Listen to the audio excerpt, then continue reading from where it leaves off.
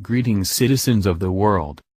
Former heads of the Department of the Interior spent $971,643 chartering non-commercial flights over a 6-year period, according to documents obtained by the Daily Caller News Foundation. Former Secretary of the Interior Ken Salazar spent $586,196 on non-commercial flights over 3 years. Salazar took 48 such trips from 2010 to 2012 on Interior Department-owned and chartered aircraft, according to travel records.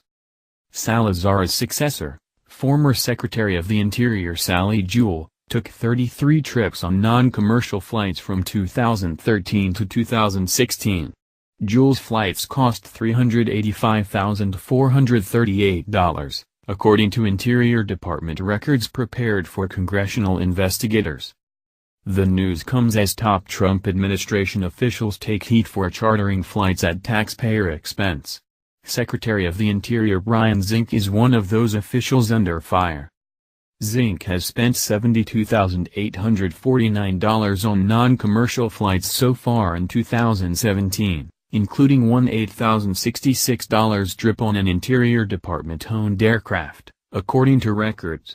Health and Human Services Secretary Tom Price resigned in September after it came to light he spent $400,000 on non-commercial flights since May.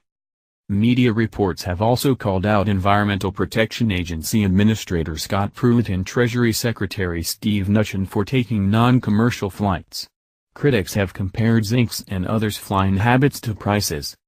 But Interior Department records suggest Zink's non-commercial flight spending is nothing out of the ordinary.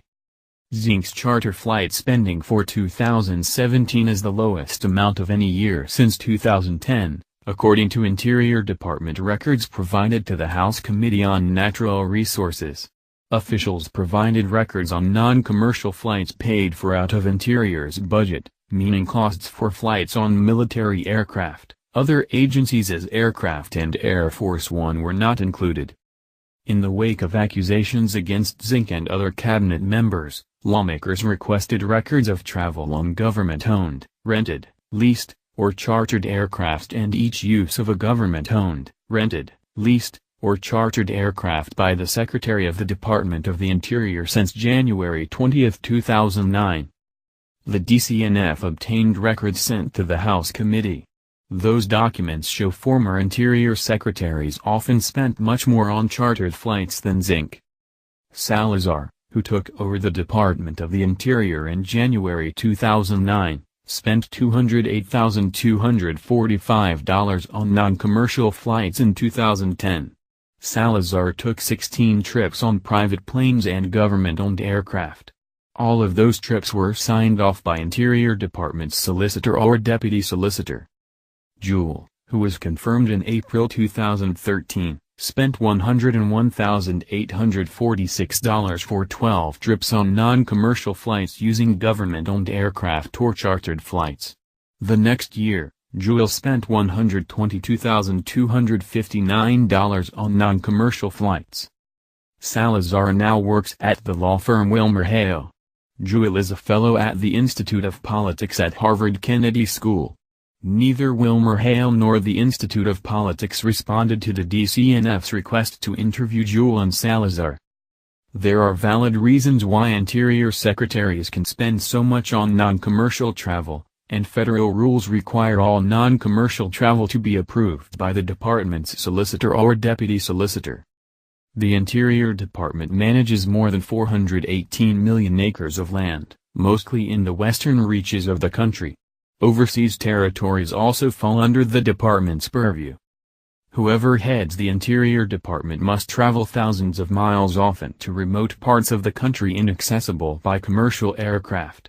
The Secretary is nearly always accompanied by personal staff or other federal officials or members of Congress on these trips. Non-commercial flights are approved when no commercial service is reasonably available to meet the scheduling or operational needs and the actual cost of charter aircraft is not more than commercial service, according to agency approval forms submitted to Congress. In total, The Obama administration officials spent $971,643 on non-commercial flights. That includes $285,967 on aircraft owned by the Interior Department and its associated agencies. Flights taken on Air Force One and planes from other departments or the military aren't included in the total cost.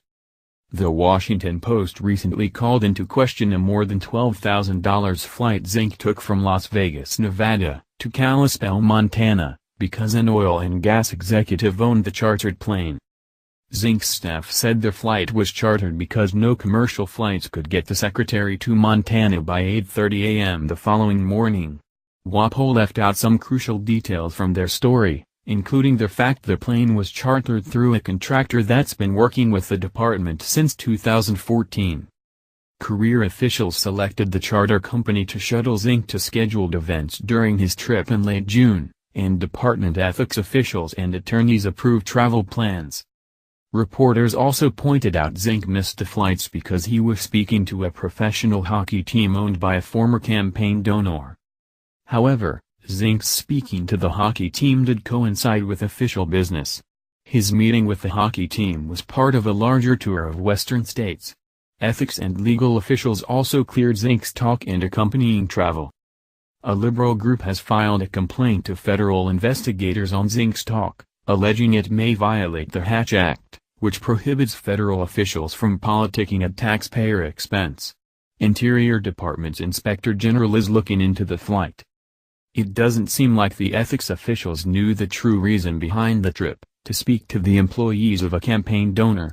Daniel Stevens, executive director of the Campaign for Accountability, which filed the complaint, told the DCNF.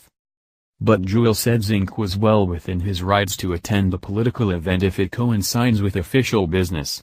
The former Democratic secretary said she appeared at a fundraiser for Washington Democratic Senator Maria Cantwell that coincided with official business. If he had legitimate business while he's on the island, to do a political thing on the side, I don't think that is that unusual, Jewell told reporters, referring to an official trip Zink took to the U.S. Virgin Islands.